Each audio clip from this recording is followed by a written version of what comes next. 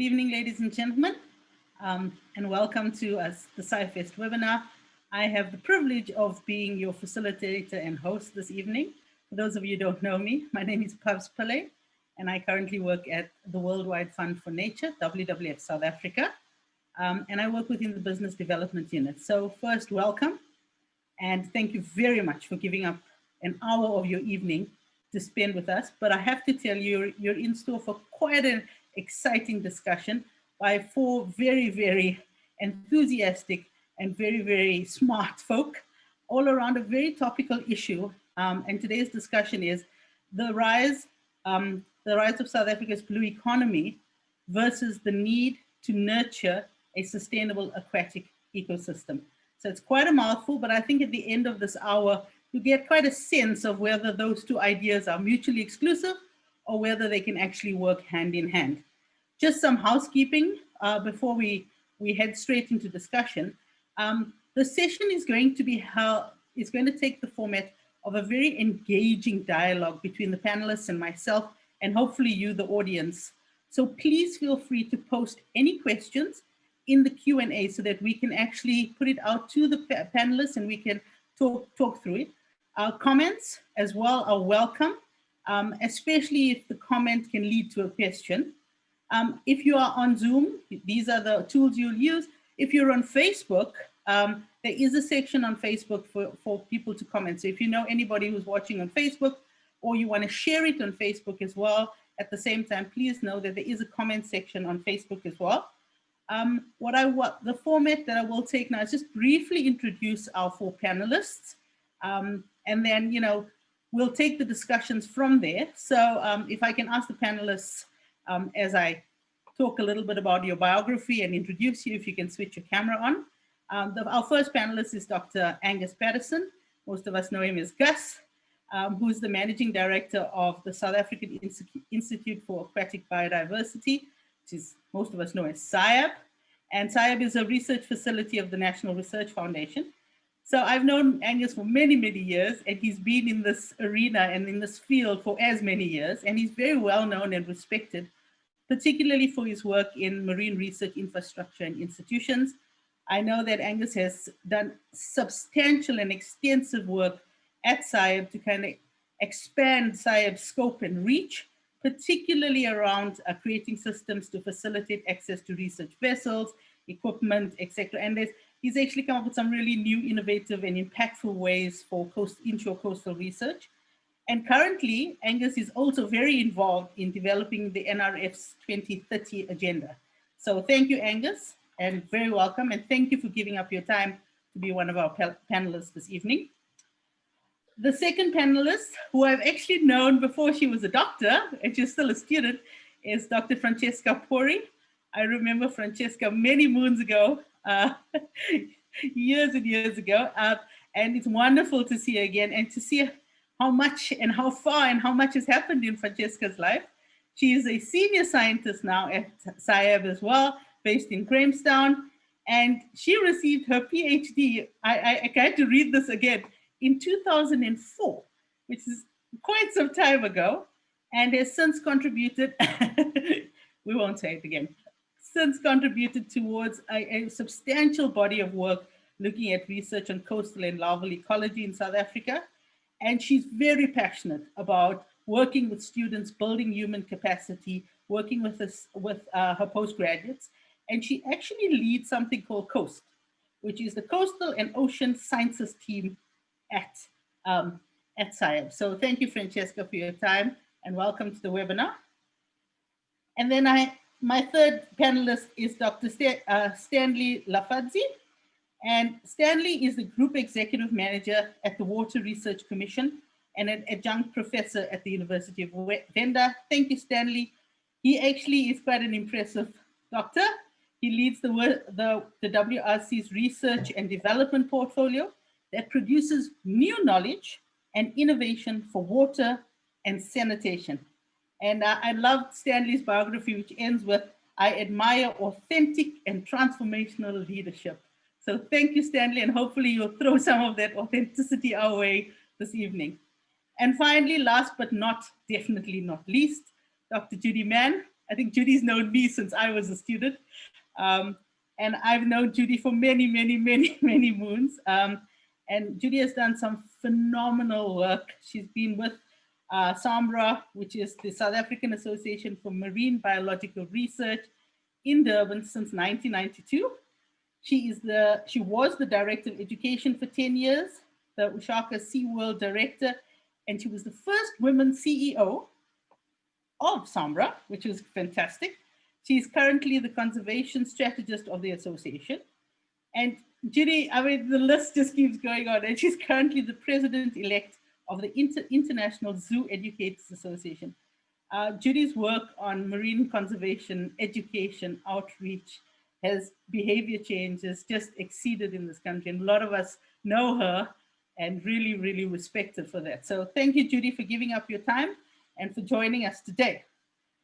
So by way of introduction, this topic is quite an interesting topic, and the number of attendees, I actually think there's lots of interest around this topic. And it's nice to see some familiar names from a life long ago on that list of panelists.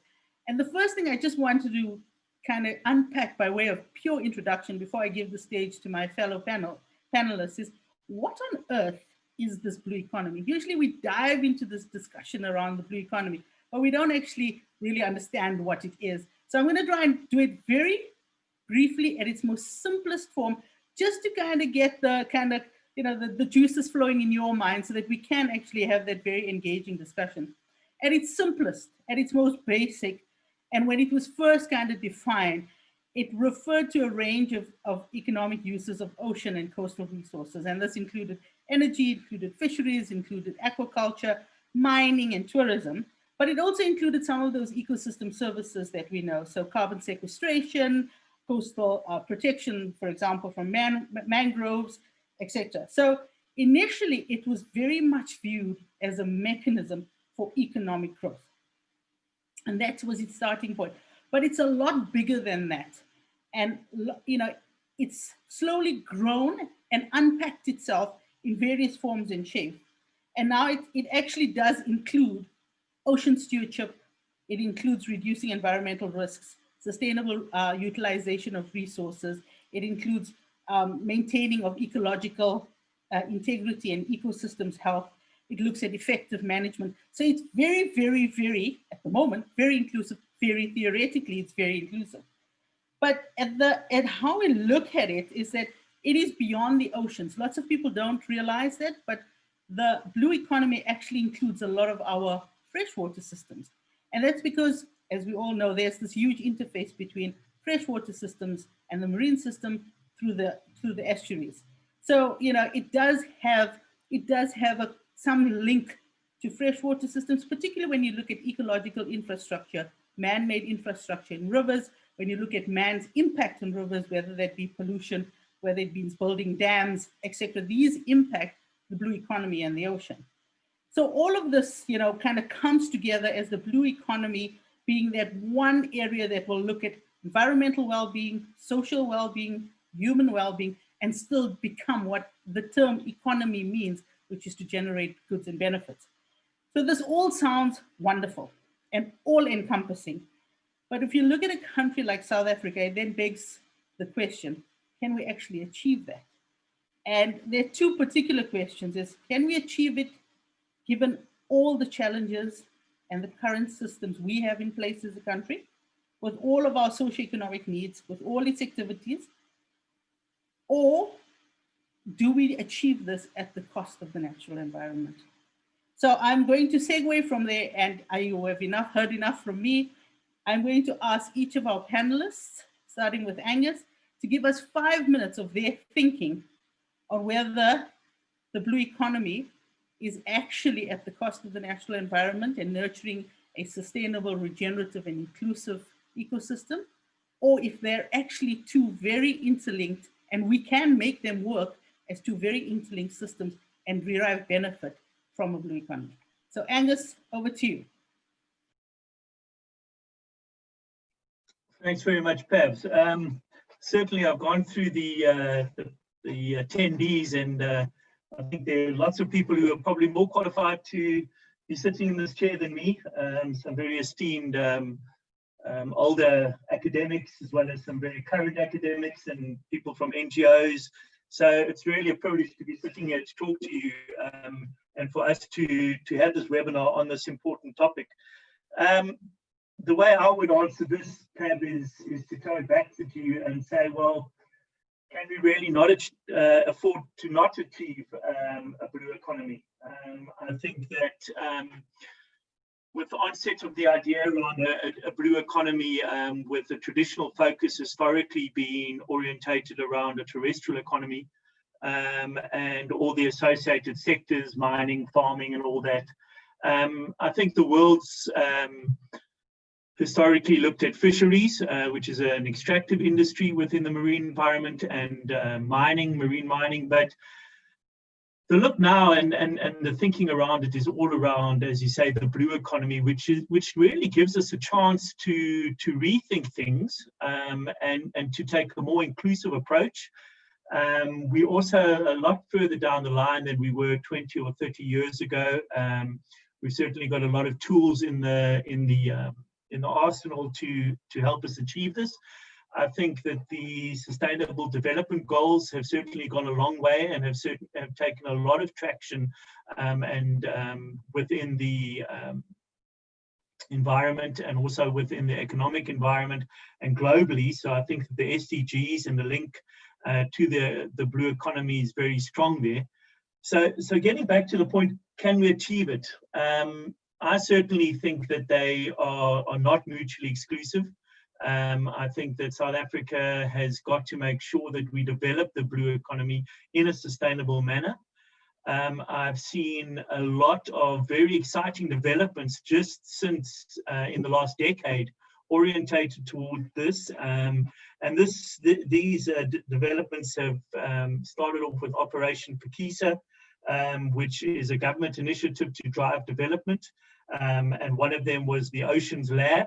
And the Oceans Lab is looking at a whole range of different sectors to develop, but there's a key component which is very important, and that's the governance aspect. The governance and management aspect has formed a key component of the government in trying to drive sustainable development in the blue economy.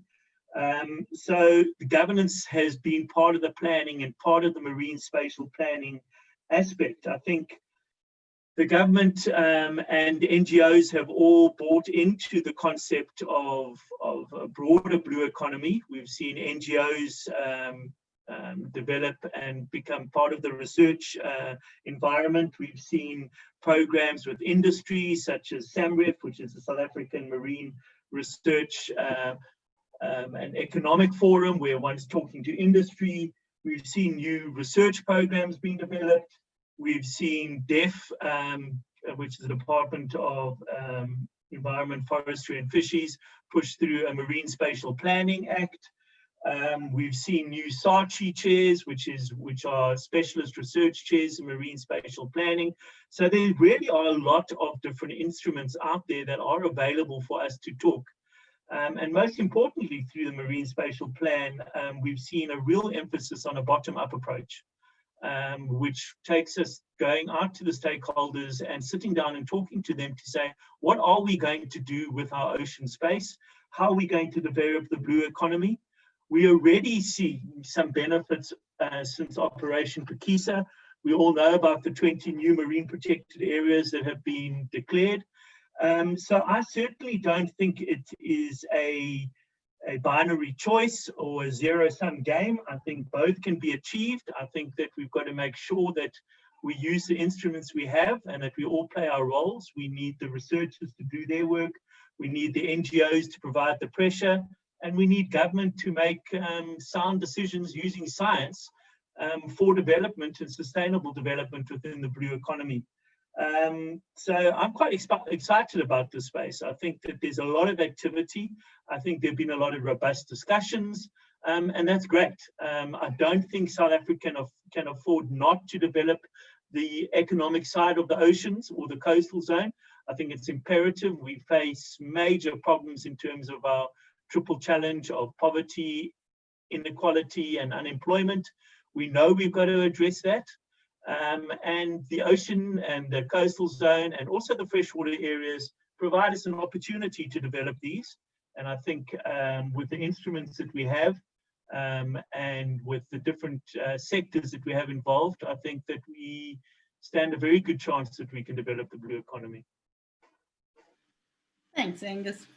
Very interesting points. And before I delve into some questions, I'm actually going to give the other panelists there 5 minutes as well, and then kind of build on the discussion from there. So, I'd like to ask Francesca what her take is on the question, but also Francesca, coming with a strong sustainability stance, is it actually possible or are we too far down the rabbit hole? Well, perhaps I'm by nature an optimist. If students and colleagues come past my office, I've got a big sign saying absolutely positive.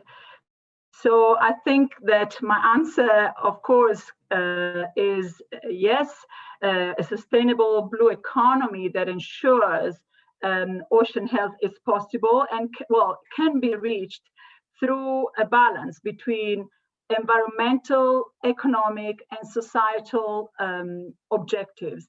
And I think this is easier to be said than to be done. So how can we reach this balance, right?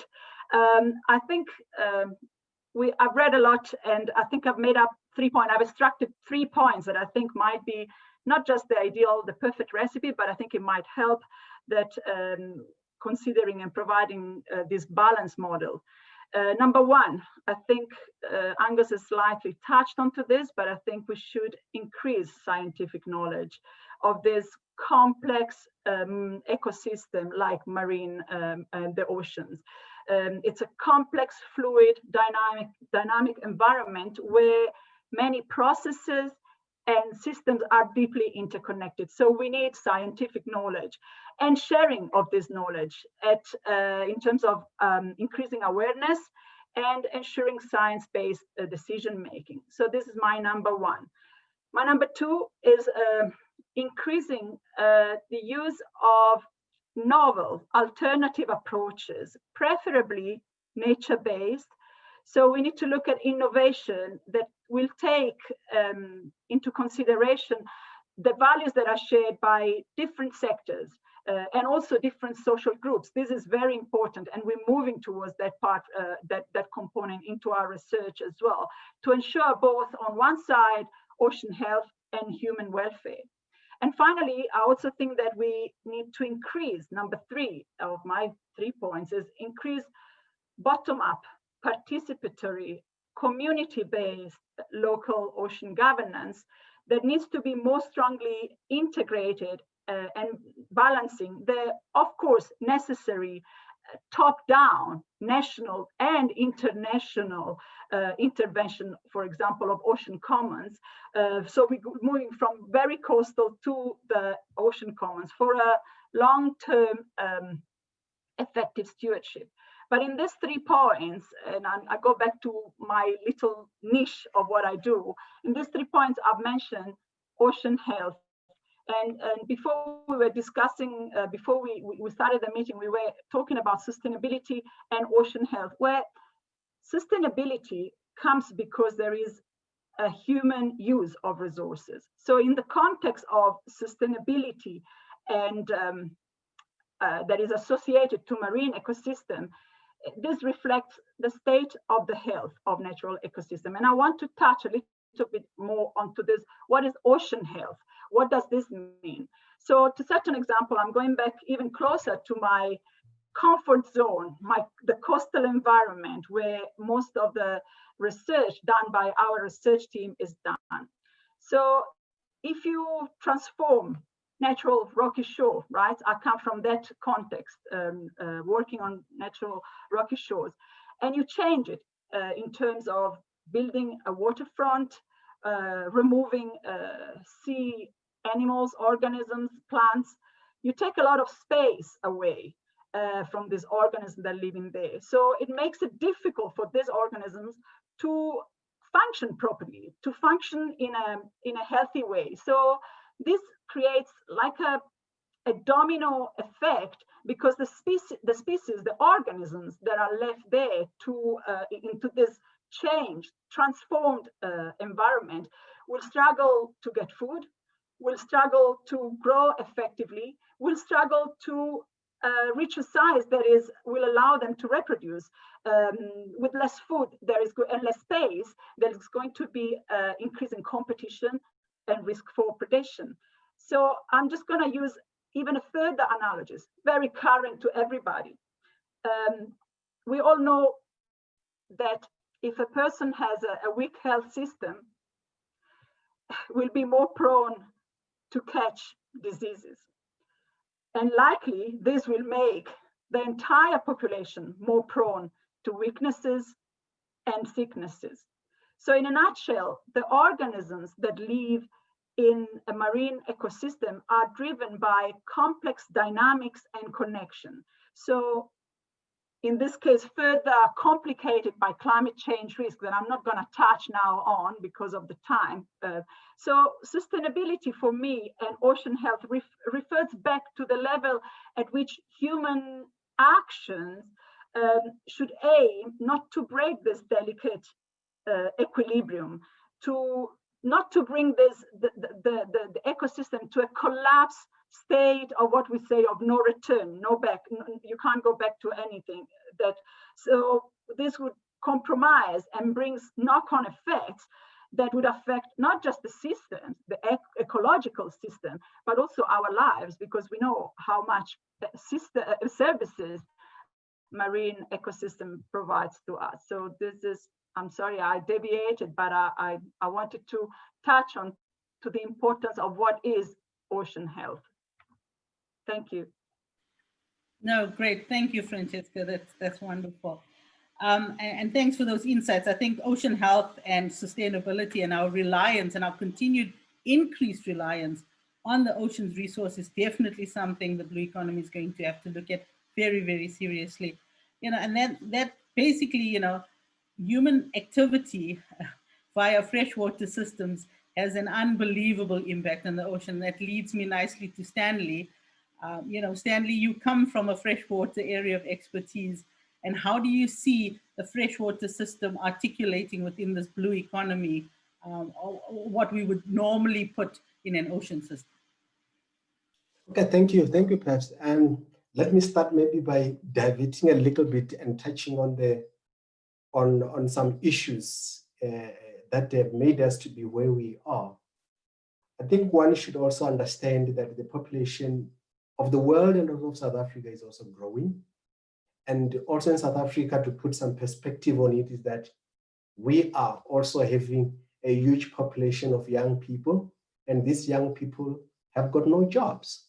And it is actually a risk for this country to have this huge population of young people with so much energy without jobs. And historically, this country is a resource-based economy. This country is a resource-based economy. You look at the mining sector, you look at all these other industries that we really have, they are actually depending on these extractive resources. So this also actually comes to an issue of water. So South Africa, as has been determined and also well documented, that we are actually a country that water is actually in the center of our development, social as well as economic development.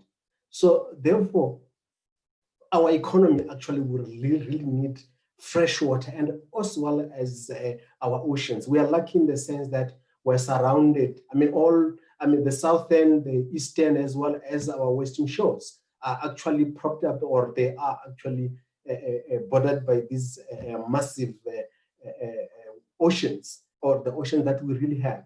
So as a resource-based economy, people actually have looked at both our oceans and also our freshwater as a new avenue for building the economy, also for creating new jobs. So looking at what Angus and also the previous speakers have stated as well, this is like an avenue that South Africa would want to make it work, looking at what they came up from Pakistan.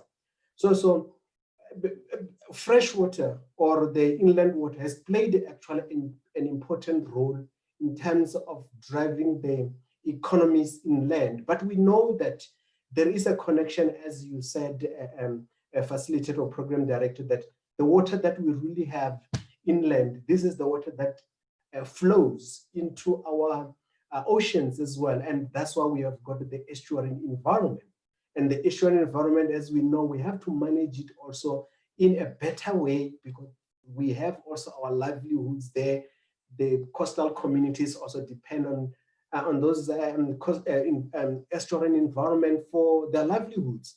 So we have the ecological reserve, which actually needs to be freshened up, or which actually depends on the fresh water from our inland catchments. But I think what is much more important that I want also to mention is that we have a country that is water resource that is scarce in terms of water resources, and because of that, we need actually to manage our water in a much more better way.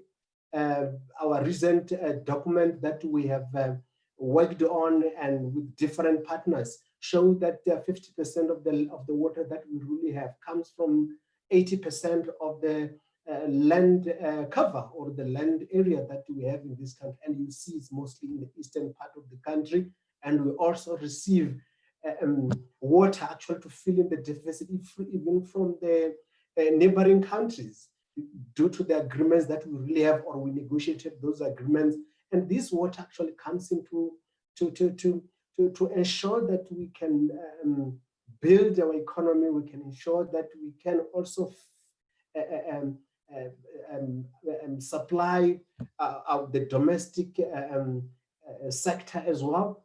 And that way it enables us to be able to thrive as a country. But moving forward, this is something that one cannot guarantee that we will have it in future. As I mentioned, our economy is growing. I mean, our population is growing. We need actually to develop new economies, and our economy, as it depends on water, we need actually to support even the secondary sectors that actually will be maybe the future job avenues for this country. So we need actually to manage our water in a sustainable way.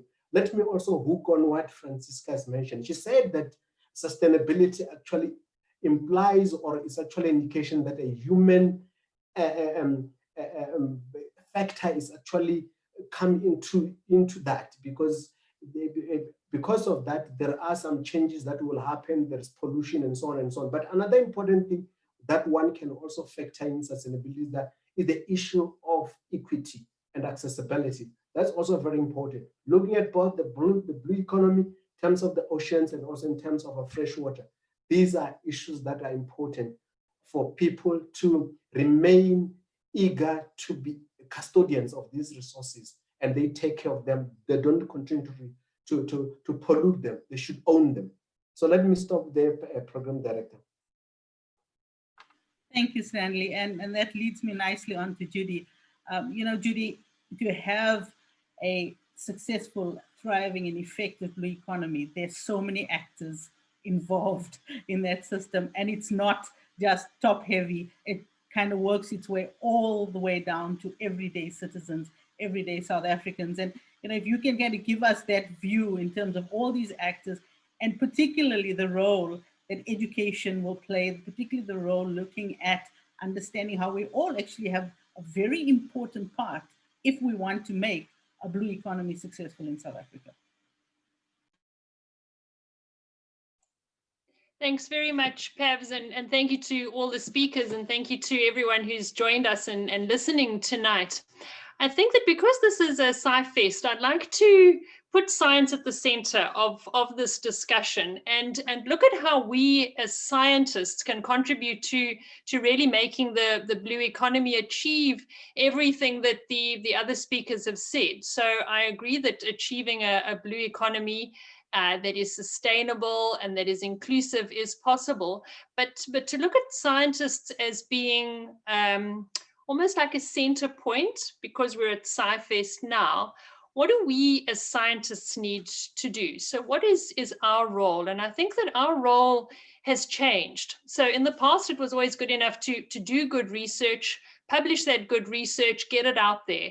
And that's not enough anymore. And we're being called on to do more and more. We're called on to communicate. We're being called on to educate, to inspire. And for many scientists, it's a difficult space, but many scientists are actually doing it. And we're doing it because we want to do it, because it's the right thing to do. And I think that it's almost now looking at how do we make the systems in which we operate work better for the type of science that we need to do and for what we need to do with that science. So we need to look at the type of science that we're doing. Is that science really contributing to the answering the wicked questions that we're struggling with right now? Is it helping us to solve that difficulty when we're dealing with sustainability issues, and at the same time we're looking at huge number of people that don't have their basic needs taken care of? How do we balance that? How do we make our academic systems support science engagement? How does our academic system support scientists who want to communicate, who want to support policy? How do we help the science system change to support that? Because if science systems and academia doesn't change, we're never really going to achieve what we're trying to achieve, which is really engaging with society. So to me, that's a really critical point for us to challenge ourselves and to challenge our systems. We need to be able to more effectively engage with government. For a long time, we haven't spoken the same language. Scientists speak their language and government speaks their language. Economists speak a completely different language. How do we build those bridges? How do we communicate more effectively? How do we use our science more effectively to support policy? So I think that as scientists, we have an incredibly important role to play, but we also have a very difficult role to play because we're starting to challenge ourselves in so many different ways. We're pushing people to work out of their comfort zones, and then we're not rewarding them for it because the system is still looking at how many papers have you published. So we've got a lot of challenges, and I believe that the role, obviously, marine education and conservation awareness is so important, because we have that need for communities to understand what's happening, that ability of them to manage, to be custodians, as Sydney's just said, how to be custodians of those resources. So I think that it's a really, really exciting time for us. We need the blue economy, we need it to work, and we're positioned to make a difference through the science that we do, through the communication, through the education work we do, through engaging with governance, all the things that Gus was talking about earlier, the policies. We've got brilliant policies. Can we apply those policies? We've got amazing marine protected areas. Do we have the capacity to actually manage those marine protected areas? How do we build the capacity at the management level, at the government level, as well as at the community level? And how do we make sure that all of that helps to create new opportunities for people? So it's an exciting time. It's a challenging time. It's not going to be easy, but we're South Africa and we can meet these challenges. Thanks, Judy. And if I can keep you actually there, because I'd like to use what you have just said as our point of discussion. And I'm so glad, guys. Thank you so much for the interesting questions that's coming through. But, you know, reading about the blue economy and just based on what you said, one of the main components is to go beyond the numbers and actually valuing the oceans for the less tangible areas, for its biodiversity value, for its belief systems, spirituality, traditional use. And those things you can't put in a natural, easy economic fit to it. And just based, you know, I'd like to get your take on that, because that involves more than just natural sciences. That involves bringing in social sciences, communicators, educators, you know, and it's a space where the natural scientists don't normally like to play.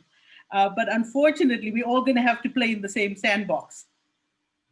I think that that's a very good point, Pavs. And as you know, something that I've been really passionate about is helping to understand people. because as I've always said, people are the solution to our environmental problems. So it's helping to understand people. And I think that it's building that, again, more bridges between social science and natural science, and making sure that we're able to speak the same language and actually to value each other. If we understand people better, we'll be able to address many of the environmental challenges that we are facing. So understanding people, doing the right social science research that is rigorous and that has applicability is as important as doing the right natural science. And then understanding both sides are really, really critical, and then applying that knowledge. So it's all very well to do some research, but how do we apply it? How do we test our communication? How do we test our messaging? Are we actually achieving what we set out to achieve? It's really easy to do another poster, to do another campaign, but is it actually changing behavior on the ground? Is it making a difference? And I think there, as educators and communicators, we have to challenge ourselves a lot more. We can't just do another awareness campaign. We have to move beyond awareness into real behavior change and start measuring ourselves and testing what we're doing. Absolutely, Judy. And you know, and if we fail, then we need to revisit and kind of, you know, reevaluate and not be afraid that, you know, sometimes it takes a long time to change behavior, and sometimes it needs a few more iterations. Now that we've kind of come into more of the discussion, I'd like the panelists to keep their cameras on.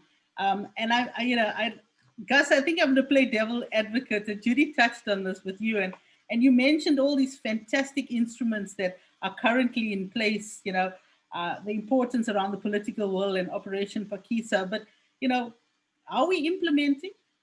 Do we have the capacity to manage? Do we have the capacity to maintain? You know, it's all well and good, but if we are not doing a good job in terms of implementing, in terms of enforcement, in terms of compliance, then a lot of those instruments fall away. And then also, do we have both human and financial capacity to maintain all of these instruments that you mentioned?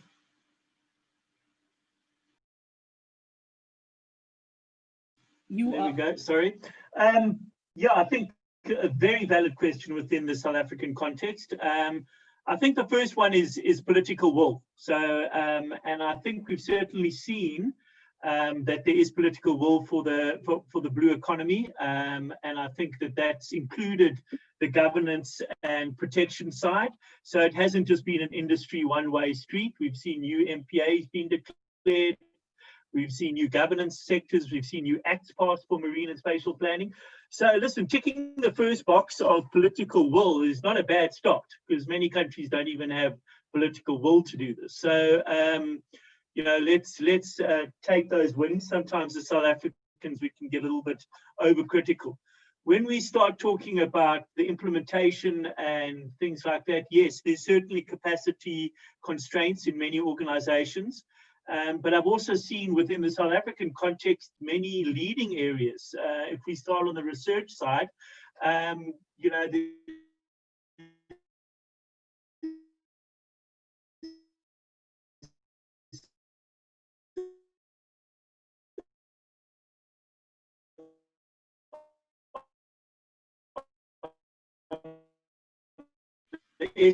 different scientists working together in a more transdisciplinary way. In terms of research, in terms of funding, yes, funding is a constraint. There's no question about that, particularly with government funding. We know that the fiscus is in trouble at the moment. There have been significant cuts with many government agencies.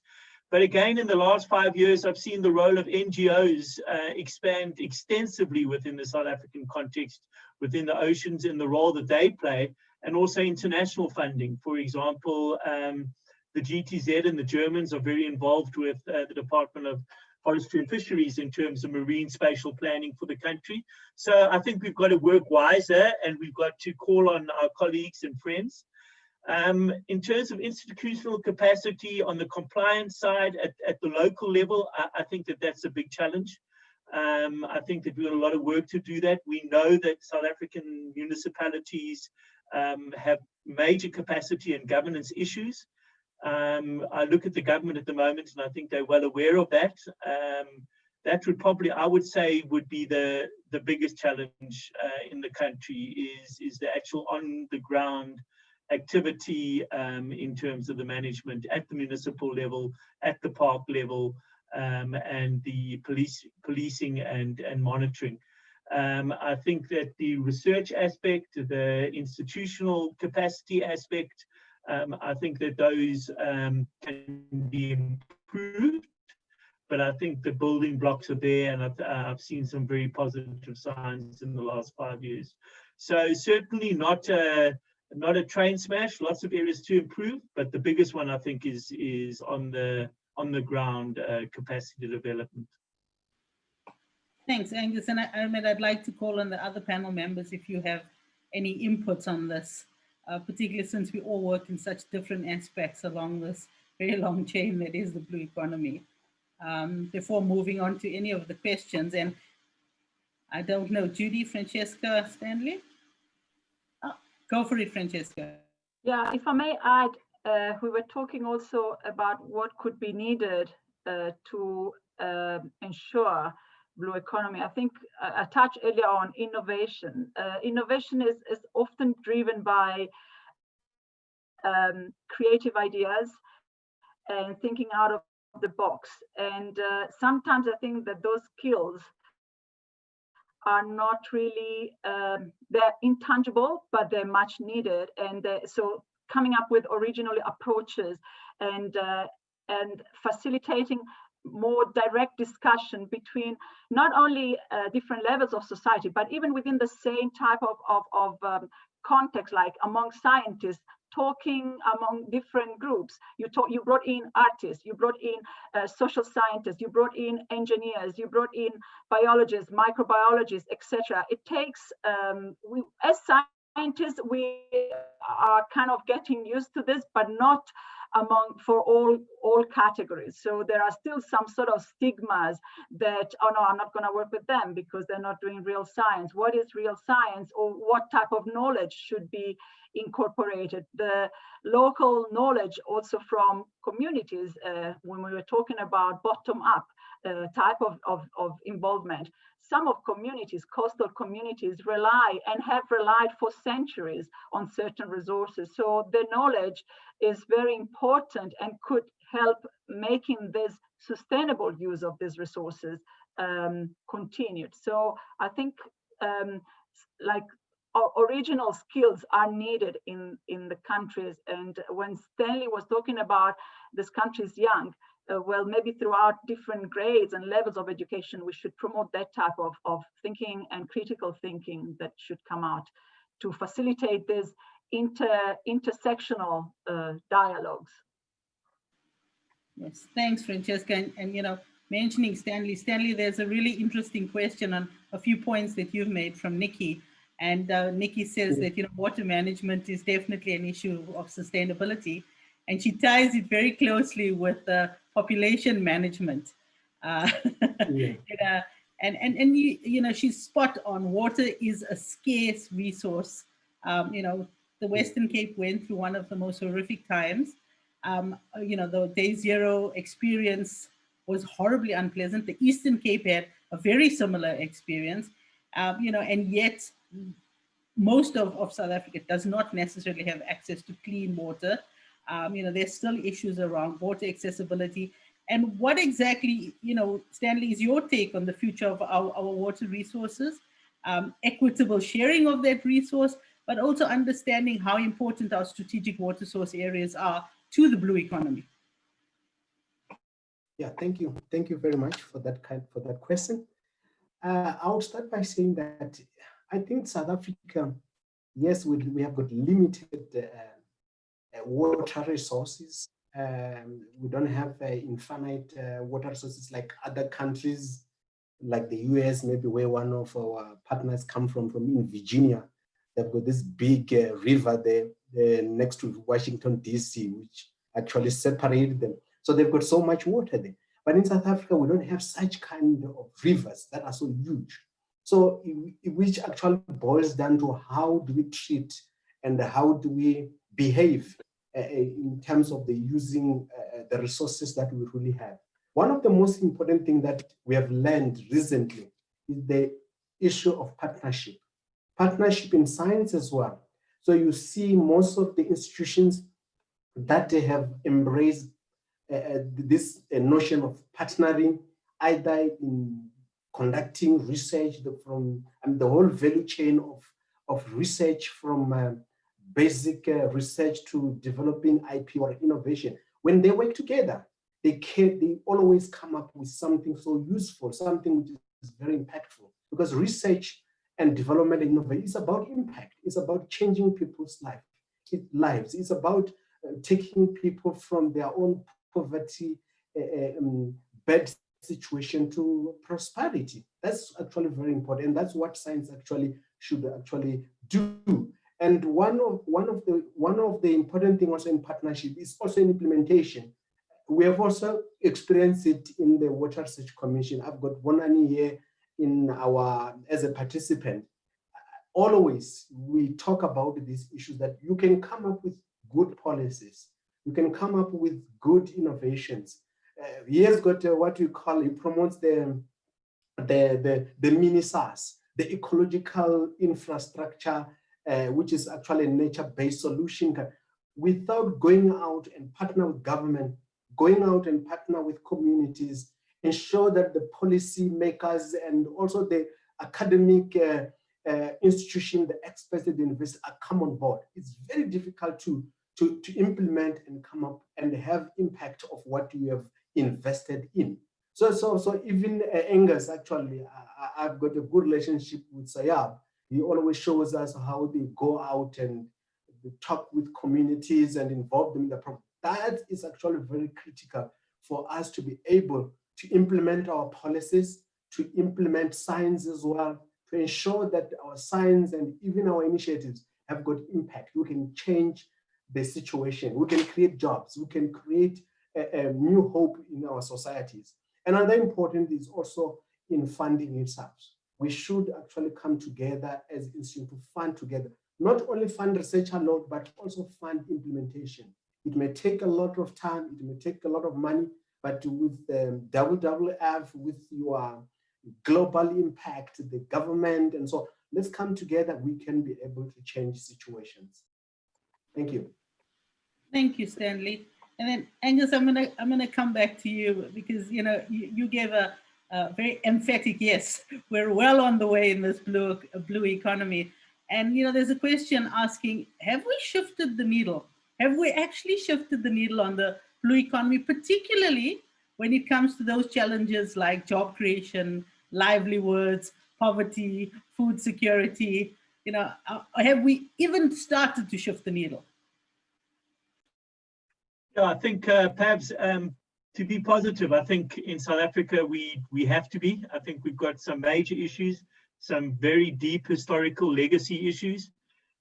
So we've got to look at driving things and doing things. I think that we've got deep capacity in many areas. I think we've got a lot of areas that we've got to work at, particularly at the coalface at the local level. But getting back to as to whether we've moved the needle, I think the blue economy, I think we've got the potential to move that needle. I think that particularly, as Judy said, we're here in a science-based webinar today. I think that there are many areas where that science will open up many aspects of the blue economy, such as deep water resources, deep water mining. All of these have their challenges, but they also have their opportunities. I also think that in terms of poverty and things, that there's a number of inland resources that we can look at as well that have traditionally been excluded from the populace due to historical apartheid legacy, and that's things like inland fisheries and access to inland fisheries and the role that will play in food sustainability. So I think that there are areas. I think we've got to look at it long term, and I think that also gives us the time to make sure that the science is in place so that the decision making we make is sustainable.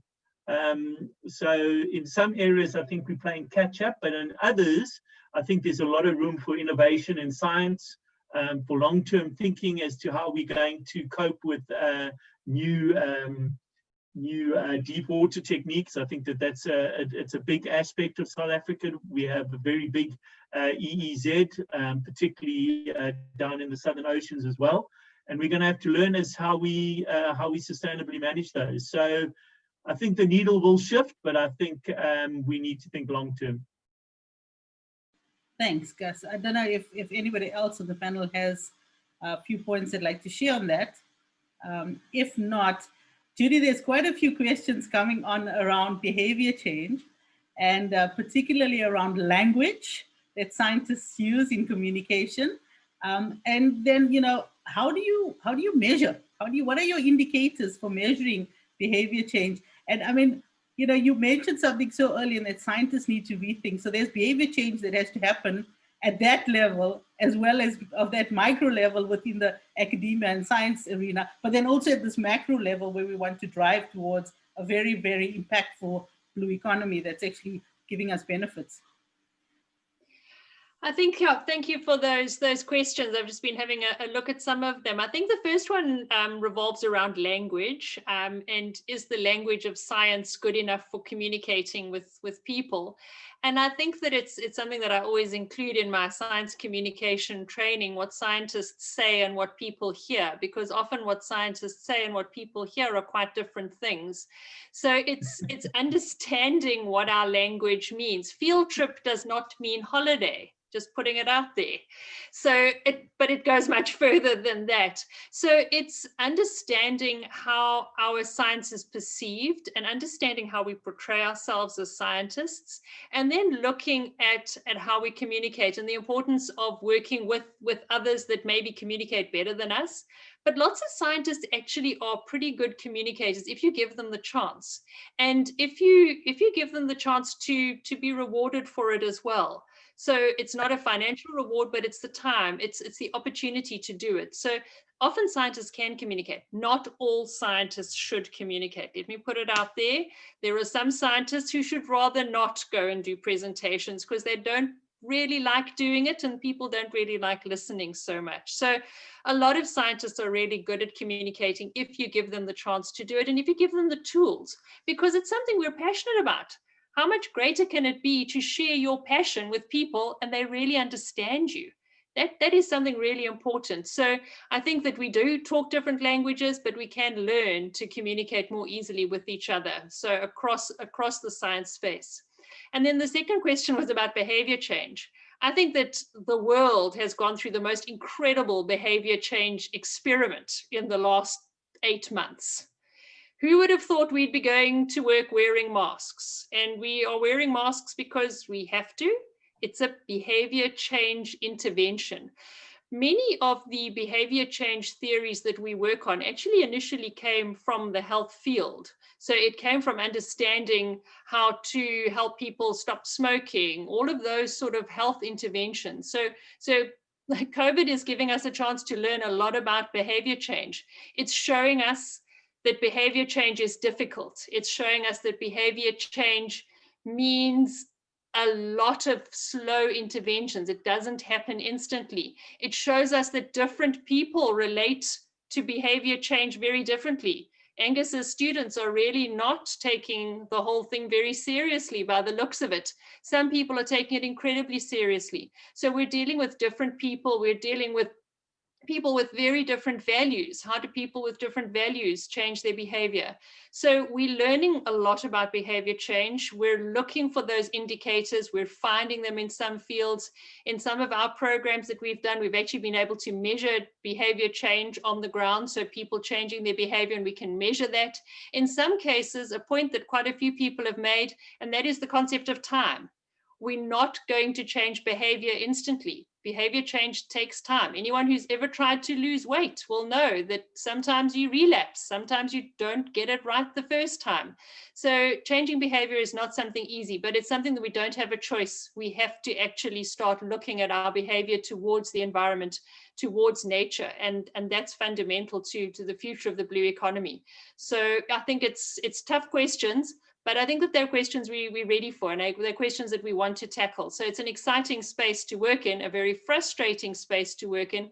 But I think that the future of behavior change research and communication is really, really important. And talking a little bit to Stanley's point, it's going to take partnerships. It's going to take working together if we're going to create that impact. And talking to Gus's point, it's going to take time.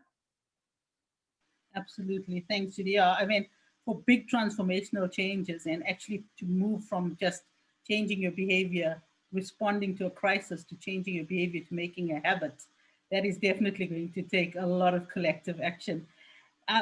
Francesca, I want to bring you in here because you had mentioned earlier that a blue economy is very reliant on a healthy ocean. And one of the things that I think we need to also consider is that we're reliant on a healthy ocean for the success of a blue economy, but we're also reliant on a healthy ocean amidst a changing climate. And that, that has huge implications for the stability you need when you want to make a blue economy a success. And, we never thought we'd reach 1.5, and now we've hit it sooner rather than later, and we're heading for 2 faster than we know what to do. This year was supposed to be the super policy year. COVID interrupted that horribly. And, if you look at the World Economic Forum reports, we haven't met a lot of the commitments we made as a country or that were made globally, starting with the Paris Agreement, working down, and we know climate has an impact on our fisheries. It has an impact in terms of ocean acidification, in terms of sea level, in terms of freshwater input. All of those systems added to us wanting to sustainably utilize the ocean's resource under a blue economy is a massive challenge. Especially, you talked about ecological engineering, and innovation. How do we put these pieces together amidst this very, very big monster that a lot of people don't want to talk about, that is climate change? Yeah, well, perhaps it is a monster subject, but experimentally and at the research level, we are moving forward. There's a lot of information that tells us how at this broad macroecological, using a big word, and local scale, when you go to your rocky shore or mangroves, organisms are behaving differently depending on what the conditions are. And not just when I was talking about if you remove the habitat, what's happening, by removing natural habitats, you also remove the natural condition, because also often we see that a lot of organisms like us are quite resilient to change. The problem is this change is occurring a lot more faster than an organism could react to, but also we're taking space, we're taking habitat, we're destroying the habitat that usually the organism would be able to hide and still resist and persist. And when you were talking about the ecological engineering and innovations, I think this is quite an exciting recent addition to our research, and it just shows how there are innovations and innovative avenues where we can consider how we can somehow, in some cases, patch up the bad that we've done. So in terms of ecological engineering and the solutions of based on ecological engineering are new technologies that partially can overcome the problems of removing a good habitat. I was talking earlier on about rocky shores and how important rocky shores are for many coastal organisms and make our coastline, especially South African coastline, excuse me, so biodiverse. Well, by removing that and replacing it with basically concrete, which is the material that is mostly used to build seawalls, harbors, piers, and waterfronts, we're removing important complexities. We're removing pits, the natural pits and holes and hollows that where these animals are using naturally to survive in the event of increased temperatures, which often intertidal animals experience on a daily basis when the water through the tides in the sea goes in and out.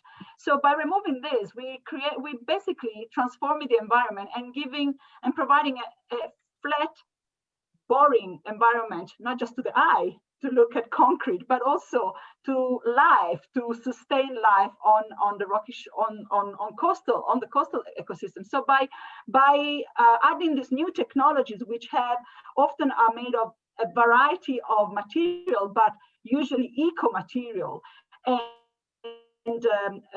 carbon neutral, so they don't increase the footprint on the environment, because to produce concrete you increase a lot of carbon footprint.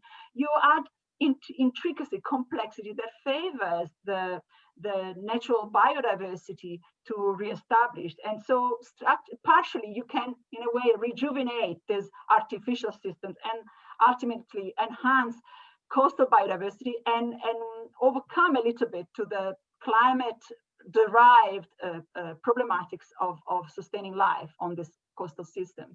Sorry, I got excited there. No, that's absolutely fine. Thank you, Francesca. Thank you for that input. That's great. So, Angus, I really want to poke the bear here and ask you, food security from the ocean is a big topic under Blue Economy.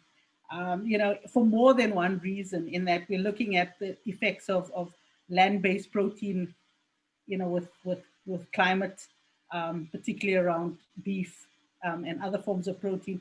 We're also people looking at ocean protein as the last real raw natural protein. We're seeing the Lancet, Eat Lancet's food study saying that eat less beef, eat more seafood. And yet we know that our fisheries globally are not doing well. Locally, we're also seeing some major shifts, whether they be climate related, whether they be related to IUU, which is illegal, unreported and unregulated fisheries, whether it's challenges around management. So how do we reconcile that with this wonderful thing that's going to be called the Blue Economy, that's going to help us address an issue like food security in South Africa? No, perhaps it's a very key question. I mean, and fisheries is not an easy topic. You've got the whole aspect that we do have some aspects of our fisheries, particularly our line fisheries, which are not in a very good shape at all. Our traditional East Coast line fisheries, but we do have some well-managed fisheries as well. And we have programs like the Marine Stewardship Council and things like that, certification.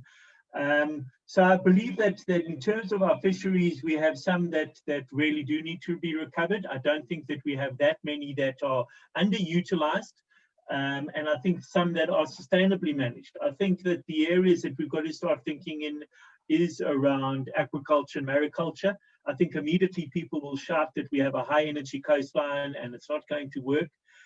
But I don't think we should be thinking of now. I think we should be thinking of where we're going to be in 20 to 30 years from now, and innovating and planning for then as well. If you look at where international cage culture has gone in many of the systems, it is moving in that direction. Pump ashore technology for food security has been shown to be technically feasible. It's not market feasible yet, or it's challenging in terms of the market costs.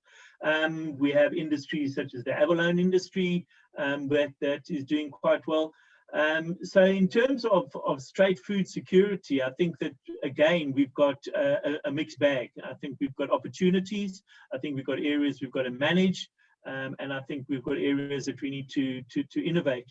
Certainly, I think inland, in terms of the blue economy, I think that we've got some natural resources there that have been traditionally underutilized, that can be utilized in terms of inland fisheries, predominantly for a food security point of view, not necessarily always a commercial point of view, but certainly from a food security point of view. And those can be easily managed in terms of providing access. And historically, access has been denied in many of our inland fisheries due to our apartheid legacy. So I think that there's a lot of opportunities there as well. But I certainly don't see the marine environment in terms of being the panacea for all our protein challenges. I think we need to look at a whole mixed bag, as with our energy plans in the country. So I think there's opportunity, and there's also some challenges. But I think science has got a big role to play. And I don't think that we won't be building a mariculture industry in this country. I think we will be, but I think it's going to be in the long term. Absolutely. Thank you, Angus. Definitely, the ocean will not be the panacea for our protein woes at the moment, or for our climate woes. And, you know, Stanley, on that note, I'd like to bring you in around, you know, Gus keeps talking about the inland fisheries and the opportunities there around freshwater fish, etc. And also, you know, we've got some good policies when it comes to water, but, you know, in terms of implementing those policies and then bringing in new industries like inland mariculture and aquaculture, that, you know, it starts putting more pressure on a very precious resource that we have in this country, which is our water system.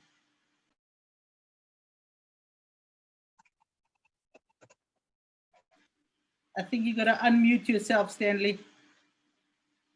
Sorry, yeah. I think you're right that South Africa has championed the habit of developing strategies and also policies and legislation. Angus is busy now developing the decadal plan, I guess, for science and technology. So we're good. Well, we are good as far as that is concerned. And the implementation side of it, that's where actually we need to improve on. But I think maybe one should go back a little bit to see the issues that have been raised relating to water resources and freshwater issues in our constitution. The constitution talks about people living in a healthy environment, but again, talk about the right of people to access water. And from that, South Africa actually developed the National Water Act of 1998, actually moved to 1998 by amendments, and now is moving to something else as well. But the point or the gist of that legislation, it's mostly about how we ensure that we deal with the issues of water management, especially water resource management. You see the issues of equitable allocation. I talked about efficiency in terms of use and also sustainable use. So these are the issues that have been entrenched there, and you see them now also taken to the blue economy or PAKISA strategies as well. So which shows that in terms of the legislation or policies, we have a foundation which is actually solid. And that also you look at the Water Services Act as well. It also strengthens those kind of issues of the right of ensuring that the sustainability and ensure that the source of water is also not exhausted and it's also protected. So you're right when you say we have this legislation, but the issue of implementation, that's where actually we lag. But I think there are opportunities now in terms of how we can move forward. We see the UN now has got this declaration called UN Decade of Ecosystem Restoration. This is actually an opportunity where even our neighbors, including ourselves, we can come together and we say, well, let's look after our own water resources, at the same time restoring these resources. And we also have even other world organizations like the World Economic Forum. They talk about the loss of biodiversity as a threat, global risk in terms of economic development. And we talk about economic development, we also talk about social issues as well. So these are the opportunities that as a country, with our neighbors, with our partners or countries that actually we're working with, we can actually leverage on to assist us to implement and also to find an innovative way of realizing what our constitution actually says. Good document, but it needs actually some energy, or it needs actually to be fueled. And also touching on the issues of exploring also of our oceans as well. I read the other day when I heard about Shell now exploring our oceans, and they are finding some oil and some gases. And actually, this is part of what South Africa would want to see in terms of economy. But what is important is we need actually to protect. We should still know, ensure that our ecosystems have got that health integrity. Otherwise, we will actually have a polluted system, and our future will be actually under threat. Thank you.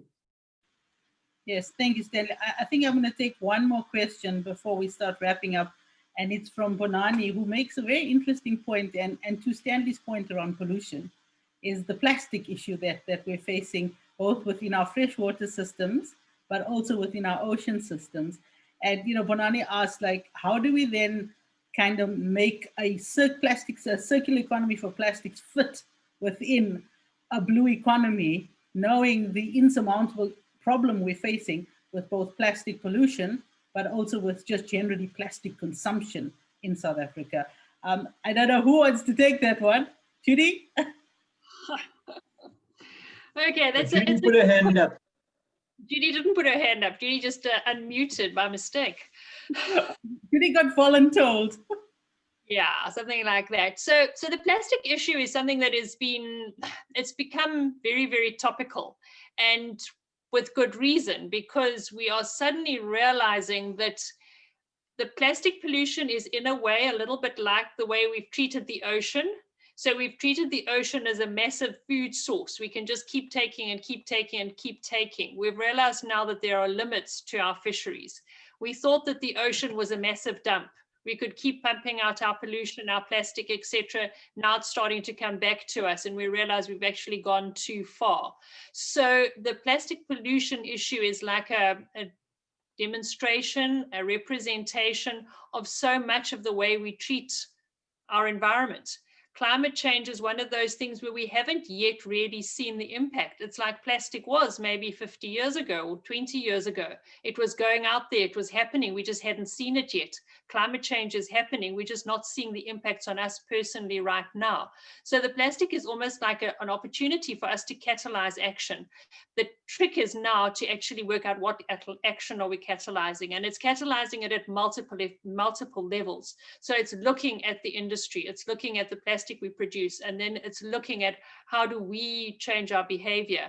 But I think that the human behavior is only one aspect of it. We've got to look at the systems that are in place that enable us to produce so much plastic and to use so much plastic. We need to start paying for the plastic that we're using. If I had to pay more for every single item I use, if it's plastic packaged, I would think twice. It's going to hit my pocket.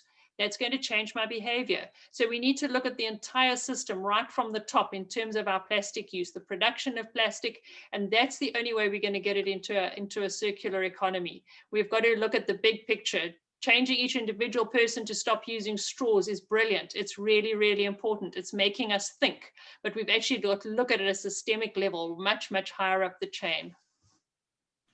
Yes, thanks, Judy. Exactly that.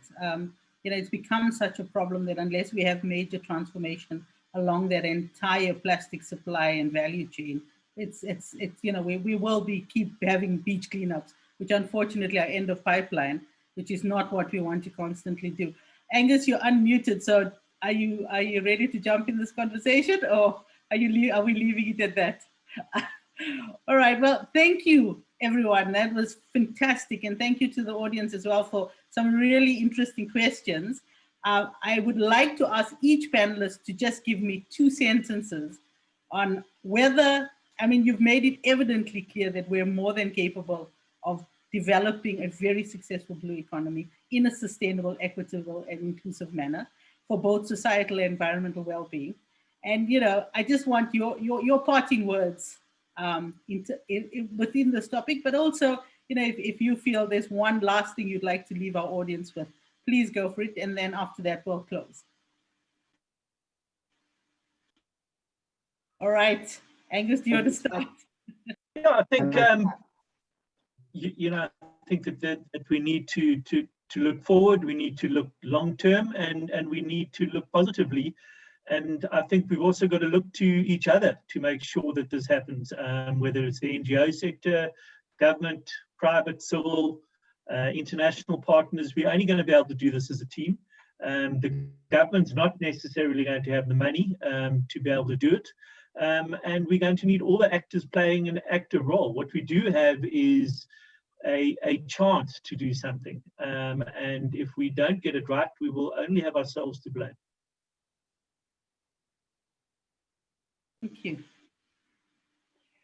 Francesca. Not so much to add from what we discussed so far, maybe to touch a little bit onto Judy's point and going back to the plastic, but I think in general to individual actions. I know that Judy said if you pay more, you're not gonna buy the plastic, but I give more powers to the individuals, and in many countries it has helped. If you start boycotting just because something is wrong, then perhaps the government will respond to that as well, and companies will respond to that. And similarly to the use, for example, of resources, and talking about sustainable use, maybe we need to also change our mindset. We're now using, I see this country especially divided in going forward and getting everything for all the commodities you may want in an instant.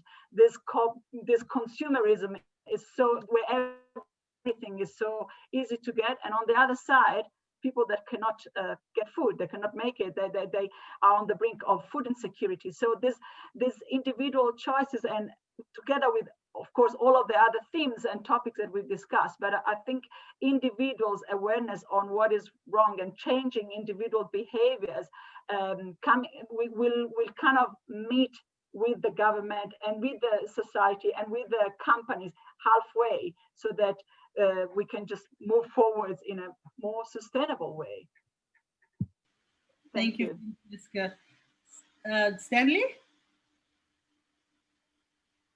You are, there we go. I think my last word would be to say, having an understanding of the limitation of the water resources we have in this country, I think we need actually to be to change our behaviors. We talked about that, but we also have to be innovative in terms of how we use our waters, and also to ensure that the circular economy agenda actually is advanced, so that pollution actually can be limited, so that it doesn't continue in our invaluable water resources. I think another important is that one also has to look at the ways in which we can grow the blue economy. It's not about extracting, or it's not about harvesting all the time, but I think we should find a way in which we can produce via aquaculture, maybe good methods, or methods that can allow us to produce as much as the demand is, and also to advance the tertiary part of the value chain. I'll give an example. Maybe we use some of these products to produce oils for cosmetics and so on. That is the way we can be able to develop jobs and to create jobs, and also to support communities in a way that is not like we are harvesting only, we're looking at harvesting and selling only. That's what I can end with. Thank you. Thank you, Stanley. And Judy, finally. I think that for me, one word really stands out, and that is the importance of wisdom. I think that we often want to do more, we want to do fast, we want to do so many things, and sometimes we forget to take a step back, to breathe, and to think about what is the right thing to do. And I think that for that we need wisdom. So I think that at all levels, whether it's at science level or government level, we need wisdom, and we need science to inform that wisdom that's clearly communicated. And I think that's clearly communicated with humility. We have so much to learn from so many people in our society. How do we open those doors, and how do we communicate with humility, with a desire to do the right thing for the right reasons? Yes, thanks, Judy. And you know, my last 2 cents would be, this is too big to fail. We cannot fail. We're too dependent. We're too far down. We need to fix this. And we very much can. And you know, as a parting gesture, I love the words of I think it's Sylvia Earle who said, "There'll be no green if we don't fix the blue." So I think that's definitely on our closing note. And once again, thank you so much to our panelists, your time, your energy, your effort, all of your insightful thoughts, all of your wisdom. Thank you, Judy. And also to all the attendees that have stayed the whole. We've 20 minutes over, so thank you very much and enjoy the rest of your evening. And please look out for more SciFest activities that will be happening virtually. Thank you and good night. Thanks, Babs. Thanks, Thank you. everybody. Bye-bye. Thank you. Yeah. Thanks, everyone.